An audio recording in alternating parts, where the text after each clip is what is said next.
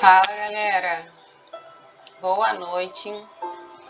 Hoje a nossa reunião vai ser um pouco diferente, né? Geralmente a gente faz ela ao vivo, digamos assim, né? Mas a grande maioria tem compromissos, muitos não vão conseguir participar, outros, né, por questão de trabalho mesmo, não vão conseguir estar presente. Então a gente vai estar deixando essa reunião aqui gravada para vocês poderem assistir quando vocês tiverem um tempinho extra, né? Espero que vocês venham estar assistindo, porque a gente preparou essa palavra, né, com muito carinho, em função daquilo que o Senhor ministrou no nosso coração. Geralmente a gente gosta de ouvir vocês, né, a opinião de vocês sobre o tema, porque é sempre bom, né, a gente debater aquilo que a gente leu e entendeu. Mas hoje espero que vocês possam, de alguma maneira também, né, receber, né, essa palavra. Tá bom, gente? Bom, a palavra de hoje vocês devem ter visto aí no grupo, né? O tema é Dias de Caverna. Gente, eu vou estar olhando um pouco aqui para baixo, porque eu coloquei aqui na mesa, né? Um caderninho onde eu fiz as anotações, então só para não me perder, porque às vezes eu falo muito. Minha cara dele sabe que eu falo muito. Então, eu escrevi aqui tudo que eu queria falar, né? Conversar com vocês hoje, também ouvir de vocês hoje. Então, se eu olhar um pouco para baixo, é por causa disso, tá? O tema de hoje é cavernas, né? Dias de caverna, quem nunca teve? E aí a mensagem mas é hora de sair delas. O contexto dessa palavra, né, passa lá em 1 Reis 19, né? Quem não conhece a história de Elias, Elias era um dos únicos profetas, né, de Israel naquele tempo, em que ainda falava em nome do Senhor, né, e que ainda levava a palavra do Senhor e advertia Israel, né, que naquele momento estava sendo governada por Acabe e a esposa de Acabe, Jezabel, que foi uma das alianças, né, feitas por Israel que foi muito mal sucedida, porque Jezabel trouxe com ela, né, do seu povo, né, vizinho, uma carga de idolatria muito grande, né, parte da cultura dela mesmo. E com o seu jeitinho, né, digamos assim, né, Jezabel, ela, diz a palavra de Deus que ela era uma mulher muito bonita, muito imponente, né. Eu acredito que isso deixou o coração de Acabe muito maleável e suscetível às vontades dela, né.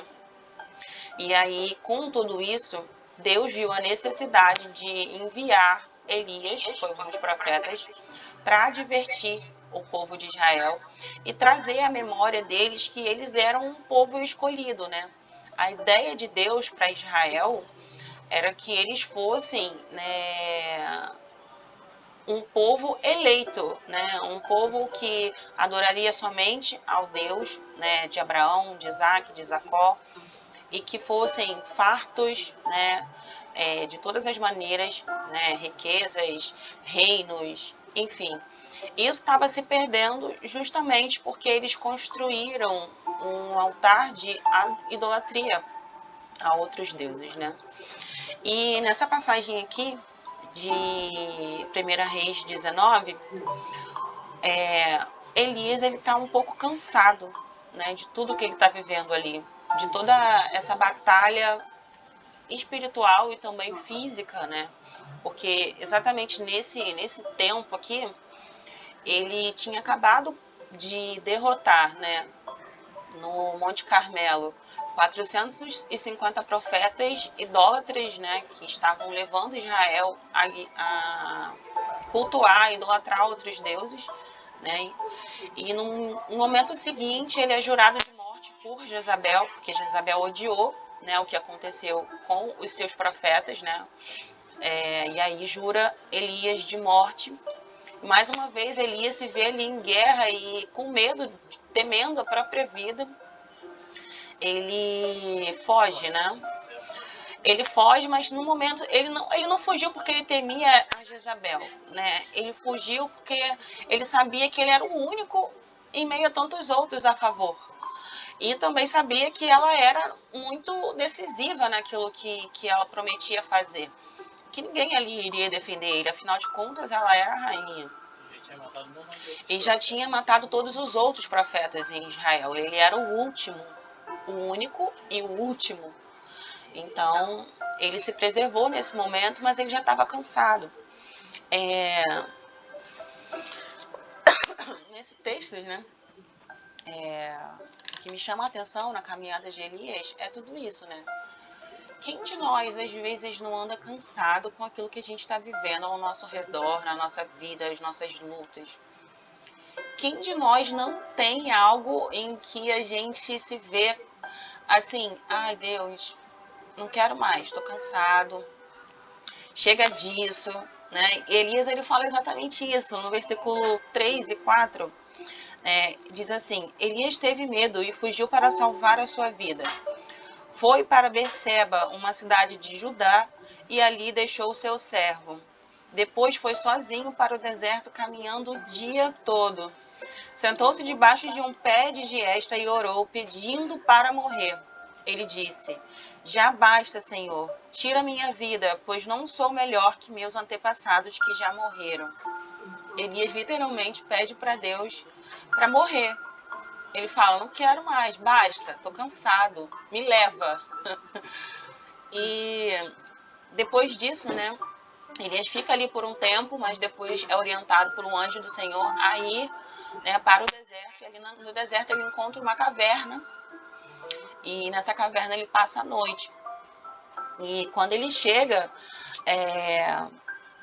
na entrada da caverna, ele ora para Deus. Ele fala assim, tenho servido com zelo ao Senhor, ao Deus dos exércitos. Contudo, os israelitas quebraram a aliança contigo, derrubaram os seus altares e mataram todos os profetas.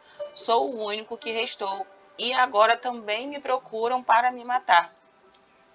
E a palavra diz que ele passa toda a noite ali dentro daquela caverna, né? Então juntou o cansaço com a perseguição, e Elias, a necessidade do exílio, mas Elias também aproveita aquele momento ali para pedir a Deus, Senhor, basta, não quero mais, me leva. E é muito comum, né? Nós, como seres humanos, dependendo daquilo que a gente esteja enfrentando na nossa vida, se sentir cansado, querer desistir de tudo, se sentir sozinho também, que era o caso de Elias, porque ele era o único, né? Tentando de alguma maneira falar em nome de Deus no meio de um povo que já tinha praticamente esquecido quem era Deus. Esse cara que se sente sozinho, fica com medo da ameaça da rainha, é o mesmo que agora há pouco foi lá, frigou contra eles, falou que não ia chover e não choveu. Quer falar aqui? Vem pra cá falar, porque eu acho que a tua voz não tá saindo. Já não dá pra escutar. Dá? Esse é o mesmo cara que ficou esse período todo sem chover por conta da palavra que ele deu, que Deus mandou. Foi lá, montou o altar, molhou a madeira, encharcou tudo, fez uma poça em volta, orou, desceu fogo do céu. Ele passou na espada 420 profetas de Baal. E a mulher chega pra ele e fala que vai mandar que os dois podiam fazer com ela o que quisesse se no outro dia, naquela hora, ela não tivesse a cabeça dele numa bandeja. E ele, meteu o pé com medo, foi pra caverna ficar em depressão. O mesmo cara que foi usado por Deus pra fazer isso tudo. O cara orava e descia fogo do céu. Exatamente, né? Então Elias ali, depois de muitas batalhas para tentar devolver a autoridade, né, ao povo de Israel daquela região, Tomar o rumo de novo. exatamente, né, de voltar a adorar a Deus, de voltar a ter os benefícios, né, de ser um povo escolhido, que Israel já estava passando por muita coisa naquela época, né? E aí, no minuto seguinte, ele tem a cabeça jurada por Jezabel, e Acabe, que é o rei de Israel, ele não se impôs a isso, ele não advertiu a esposa, ele simplesmente concordou, né, com isso. E Elias está cansado de tudo isso, né? Então, voltando para a nossa realidade hoje, quantos de nós às vezes não quer desistir de tudo, né? Já está cansado, E por achar que não faz mais sentido, né, a gente continuar nessa batalha, a gente literalmente joga a toalha, né? Quem nunca, gente? Essa é a verdade, né? Quem nunca? Mas, o que o Senhor ministrou ao meu coração, né? Que diante do peso de tudo isso que ele estava sentindo, e ele estava temendo também pela própria vida, ele se escondeu numa caverna, ficou ali a noite toda, mas isso não era um motivo para Elias pedir para morrer. Elias ali estava sendo ser humano, né? Ele era um profeta ungido de Deus, mas ele também era ser humano. Exatamente, ele já estava querendo jogar a toalha. E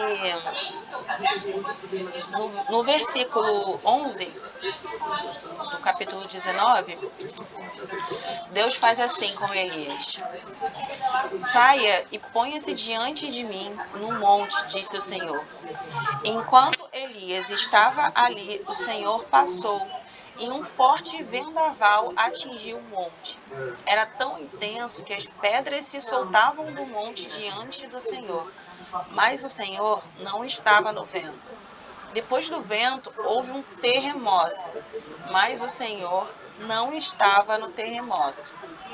Depois do terremoto, houve fogo, mas o Senhor não estava no fogo. O que isso pareceu para mim, né? Quando eu li isso pela primeira vez, eu pensei, não faz o menor sentido. Elias não precisava que Deus demonstrasse poder a ele. Por que tudo isso? Fogo, terremoto, vento. Elias, no minuto anterior, estava no monte onde ele orou, pediu que Deus mandasse fogo do céu e o fogo caiu do céu. E todo mundo ali ficou, né, maravilhado com aquela manifestação de poder de Deus. Elias conhecia o poder de Deus, ele não precisava dessa demonstração de poder. O que isso me remeteu? Principalmente a parte onde se fala. E houve um forte vendaval, mas o Senhor não estava no vento. Houve terremoto, mas o Senhor não estava no terremoto. Houve fogo, mas o Senhor não estava no fogo. Deus ali, com todo o seu amor, estava mostrando para Elias que muitas coisas que vão acontecer ao redor dele, né, terremoto, fogo, ou seja, problemas, guerras, juramentos de morte, não vão ser coisas que vêm dele. São as coisas que estão no mundo e que nos assolam mesmo, nos cansam, faz a gente querer desistir, jogar a toalha. Não são coisas preparadas por ele, mas que a gente vai ter que lidar. Isso que vai acontecer e que a gente vai ter que lidar em algum momento da nossa vida. E com mais amor ainda e carinho, né, Deus continua e diz assim: depois do fogo vem um suave sussurro, né? Em outras versões diz: e uma voz delicada e suave disse. Quando Elias ouviu, ele cobriu o rosto com a capa, saiu e ficou na entrada da caverna. Então, enquanto tudo aquilo que estava acontecendo, Elias estava lá na caverna quietinho, muito provavelmente assustado com tudo que estava vendo, né? O fogo, o vento, o terremoto, as pedras rolando na montanha, e ele lá dentro quietinho. De repente, uma voz suave fala com Elias e fala para ele, mais uma vez: o que faz aqui, Elias? E aí Elias repete o discurso dele: Senhor, eu estou aqui porque, né, tenho servido o Senhor com muito zelo. Contudo, os israelitas quebraram a aliança contigo. Ele repete aquilo que ele falou, do motivo pelo qual ele está ali, né? E quando eu li isso, gente, o que eu senti no meu coração? O Senhor é a voz suave em meio a tudo isso. Deus é a voz suave em meio a tudo isso. O que isso quer dizer? Que mesmo com tudo acontecendo na nossa vida ou ao nosso redor, que nos deixa cansado, abatido, querer desistir, jogando a toalha, enfim, a gente não deve se preocupar, porque o Senhor é aquele que pode não estar no meio de tudo isso, mas Ele é a voz suave em meio a tudo isso. Se Ele quiser, Ele pode cessar o terremoto. Se Ele quiser, Ele pode cessar o fogo e parar o vento. Ele suaviza toda essa situação. Além de tudo isso, né? Do que a gente passa na nossa vida. Às vezes a nossa caverna, ela não é nem física. No caso de Elias, a caverna era física. Ele foi para um lugar, numa montanha, e ali se escondeu durante toda uma noite. E antes ele tinha pedido para Deus levar ele, né? Porque ele não queria mais viver. Às vezes a nossa caverna, ela é espiritual. Às vezes a nossa caverna não é física. Ou seja, você está seguindo o rumo da sua vida, você continua trabalhando, você continua cuidando da sua família, você continua fazendo a sua rotina, seguindo com a sua rotina normal. Mas você já desistiu, né, de um sonho ou de alguma coisa que lá atrás você almejava, que você lutou tanto para conseguir, e depois de muita batalha, seja ela física ou não, você desistiu, não quero mais, Senhor, tô cansado. Ou tô cansada, né? Estagnação. Isso. É lugar de conforto e de comodidade. Você se abriga, por mais que não seja bom, você aceita estar. Também, mas eu entendi também que nesse caso, né, dessa caverna não física, é aquela caverna que você se mantém numa posição de, tudo bem, não deu certo, tudo bem, não vai dar certo mesmo. Ou então você desiste de um sonho seu, de algo que foi plantado no seu coração, ou de algo em que você gostaria de fazer.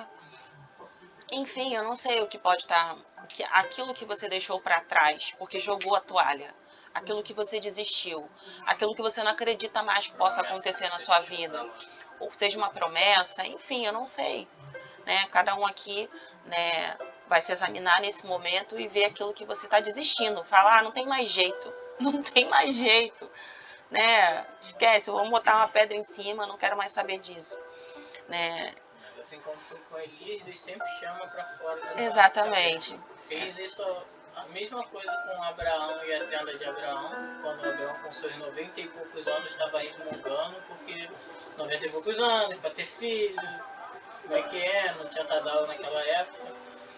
Ele para poder, já não estava mais acreditando na promessa de uma descendência gigante que Deus tinha feito para ele. Ele começa a resmungar e Deus chama ele em sonho. Eu não sei se vocês ouviram com clareza tudo que o Vance falou, mas ele lembra ali também da passagem de Abraão, né? Quando Abraão está na tenda, já desacreditado da promessa, né?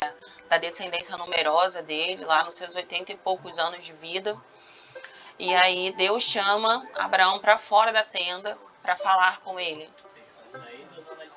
Para sair da onde ele está, né? Desanimado, desmotivado.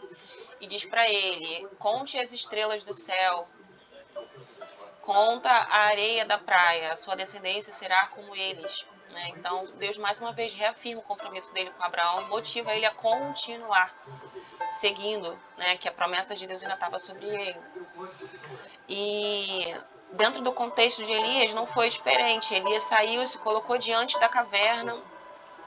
E o Senhor falou para ele, vai unge Jeú, rei de Judá, né, que era um povo vizinho a Israel, e Elias vai, continua, ou seja, Elias sai da caverna, abandona aquela caverna, vai fazer aquilo que o Senhor fez, que pediu para ele fazer. Chegando lá, ele unge Jeú também, né, unge Eliseu, que seria o sucessor dele, né, como profeta, depois que ele não estivesse mais ali.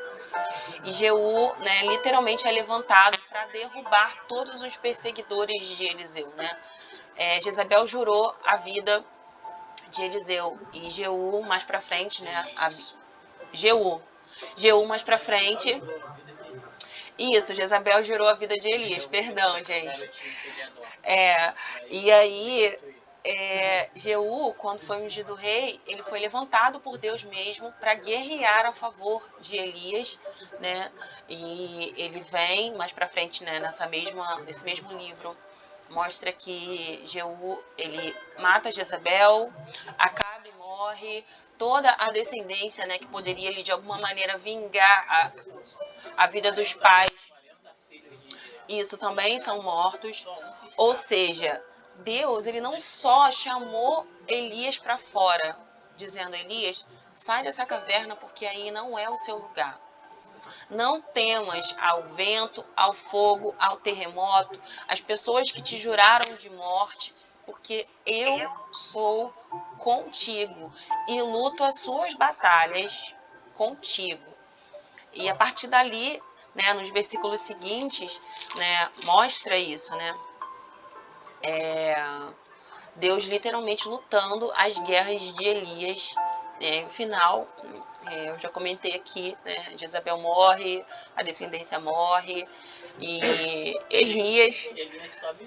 Elias não sofre um arranhão, né, nesse processo, muito pelo contrário, ele é levado por uma carruagem de fogo de Deus, vivíssimo, né, de forma assim excepcional, que ninguém nunca viu na Bíblia, né?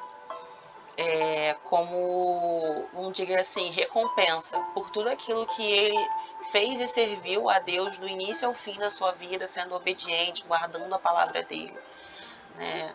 Enfim, é claro que não somos Elias, gente. Nós temos inúmeras falhas, nós somos pecadores. Você pode pensar, não mereço que Deus faça isso por mim, não mereço que Ele lute as minhas batalhas, porque eu não sou um servo fiel como foi Elias.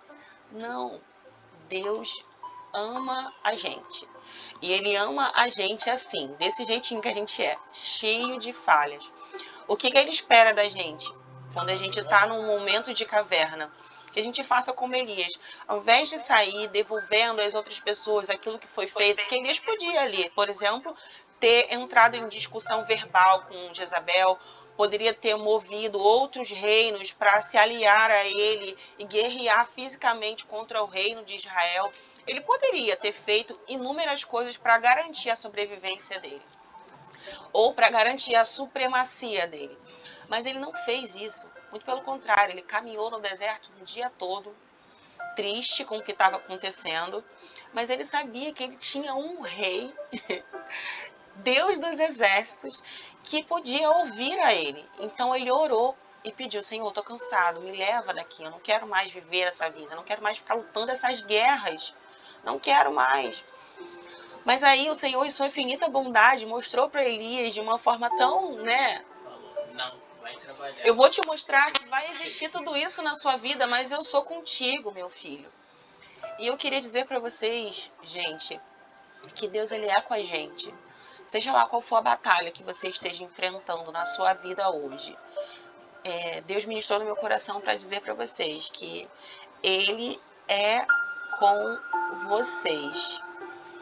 Não é para ficar nessa caverna que você entrou, seja ela física ou espiritual. É hora de sair dessa caverna e se botar para fora diante de Deus. O que Ele precisa de você não é que você seja perfeito, ungido como Elias. Ele precisa que você tenha um coração aberto para Ele poder entrar e agir na sua vida. Então, seja lá o que for que você esteja passando, ore a Deus como fez Elias.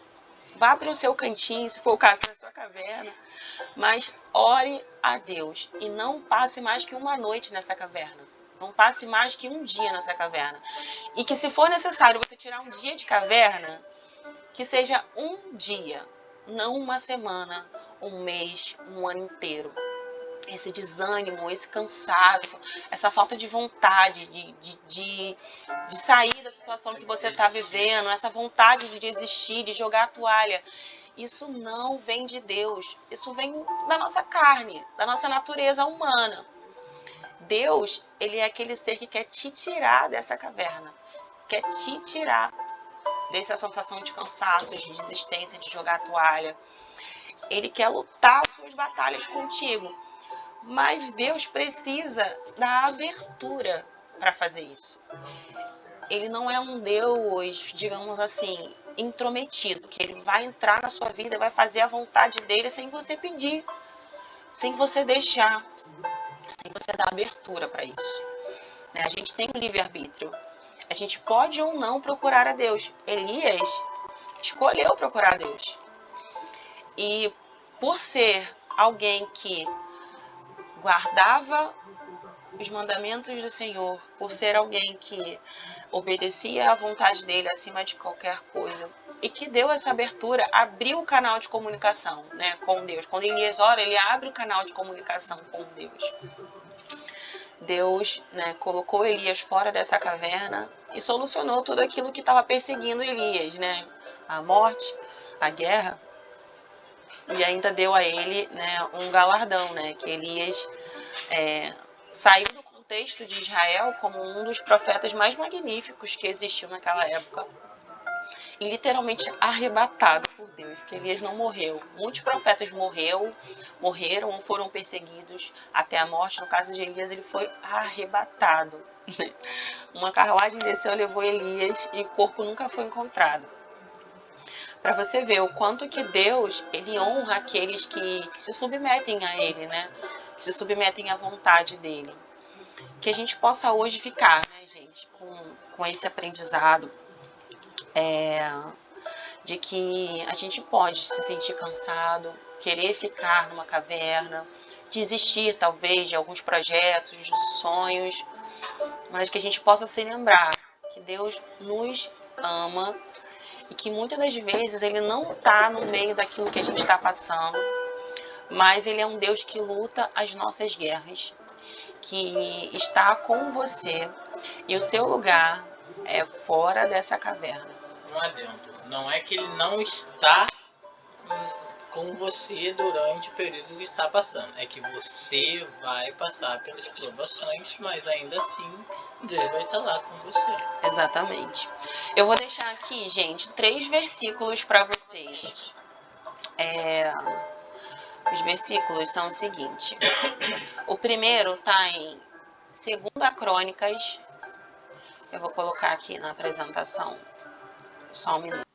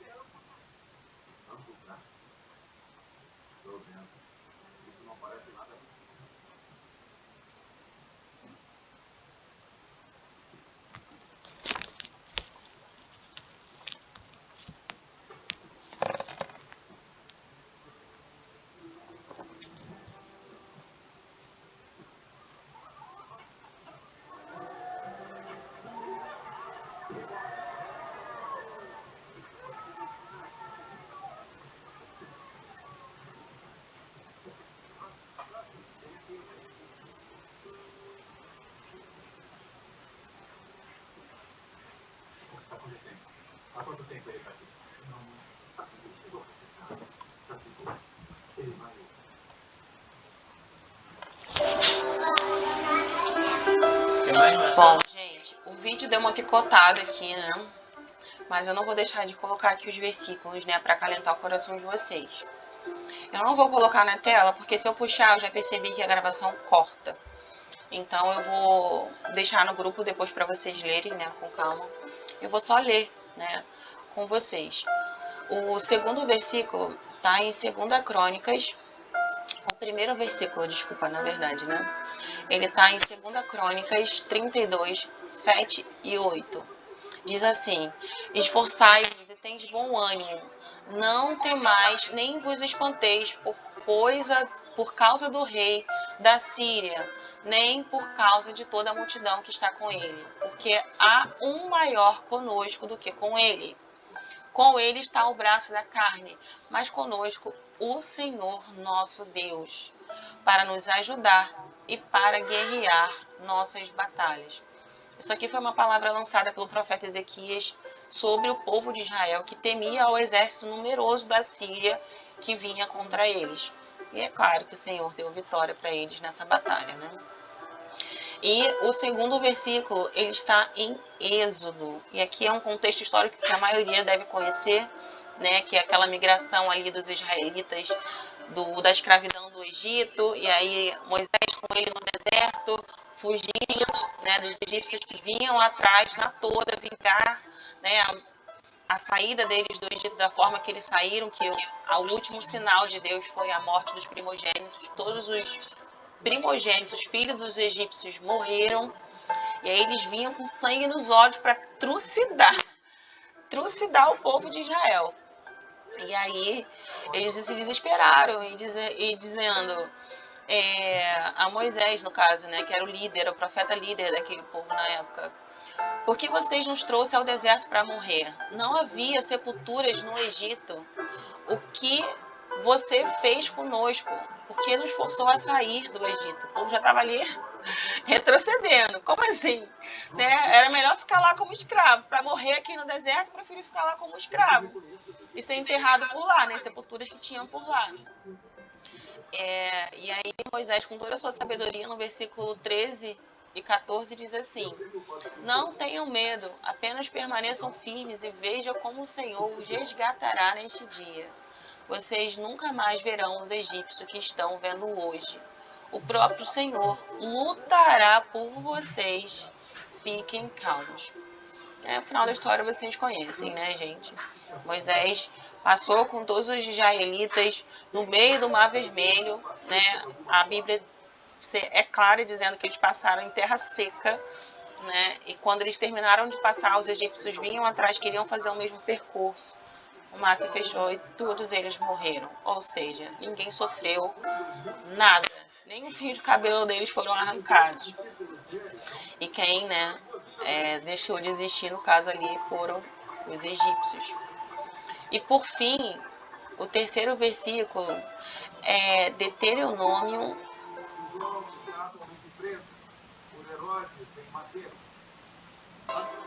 Pois o Senhor, o vosso Deus, vos acompanhará e lutará por vós contra todos os vossos inimigos, a fim de vos dar vitória. Ou seja, gente, mais uma vez o Senhor provou ali na sua palavra que Ele é conosco, que Ele luta as nossas guerras, as nossas batalhas, que a gente não tem que se desesperar, que a gente não tem que se desanimar. Mas se isso acontecer, o que é natural, né, a nossa natureza humana, se até Elias, que tinha conhecimento do poder de Deus, se cansou, imagina a gente, réis mortais, né? Que a gente possa, de alguma maneira, né, ser acalentado por essa palavra hoje. Queria muito poder ter escutado vocês, queria ter ouvido aquilo que vocês têm para falar, né? As lutas, as cavernas. Eu mesmo já tive momentos de caverna, confesso para vocês que já tive momentos de caverna e os meus motivos foram, né, motivos que me colocaram muito para baixo. Mas o Senhor, com todo o seu amor, Ele me tirou dessa caverna. Ele me colocou, literalmente me colocou para fora dessa caverna, como fez assim com Elias. E hoje eu estou aqui, né? Não deixo de ter guerras, não deixo de ter batalhas. Muito pelo contrário, a nossa vida eu acho que é uma batalha constante, né? Só que algumas são tão pesadas que a gente se desanima. Mas eu quero dizer para vocês que o Senhor ama vocês, que Ele não quer ver você por longas datas nessa caverna. Você tem que confiar acima de todas as coisas nele. Abre seu coração para que o Senhor possa falar, para que Ele possa agir em teu favor. E Ele provará, né? Como Ele deixa escrito aqui na sua palavra, que Ele é com aqueles que o amam, né? Que o seguem, que o obedecem. Que vocês possam receber essa palavra nessa noite de alguma maneira. Tá bom, galera? Eu não sei como é que ficou o vídeo, mas eu tentei dar o meu melhor aqui, tá? Eu não sou blogueira, muito pelo contrário, ó. Suei a camisa aqui para encontrar uma forma de gravar, né, essa reunião para vocês, para que todo mundo de alguma maneira possa assistir depois. Tá bom? Eu também vou estar deixando um louvor aqui para vocês. Eu vou ver se eu acho esse louvor aqui, só um minuto. O louvor é o seguinte: minhas guerras, muitos devem conhecer.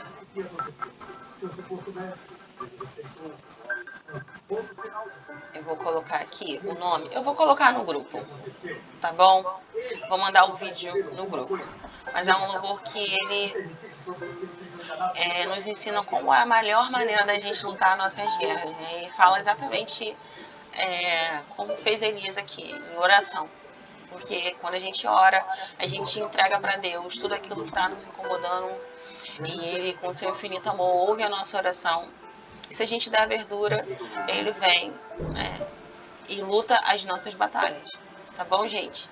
A oração é a melhor ferramenta de combater uma guerra. Não é na briga, não é na força do seu braço, não é com a melhor espada e nem na caverna, né? Ali no seu momento de Senhor, eu não quero mais. É na oração e no coração aberto. Amém, gente?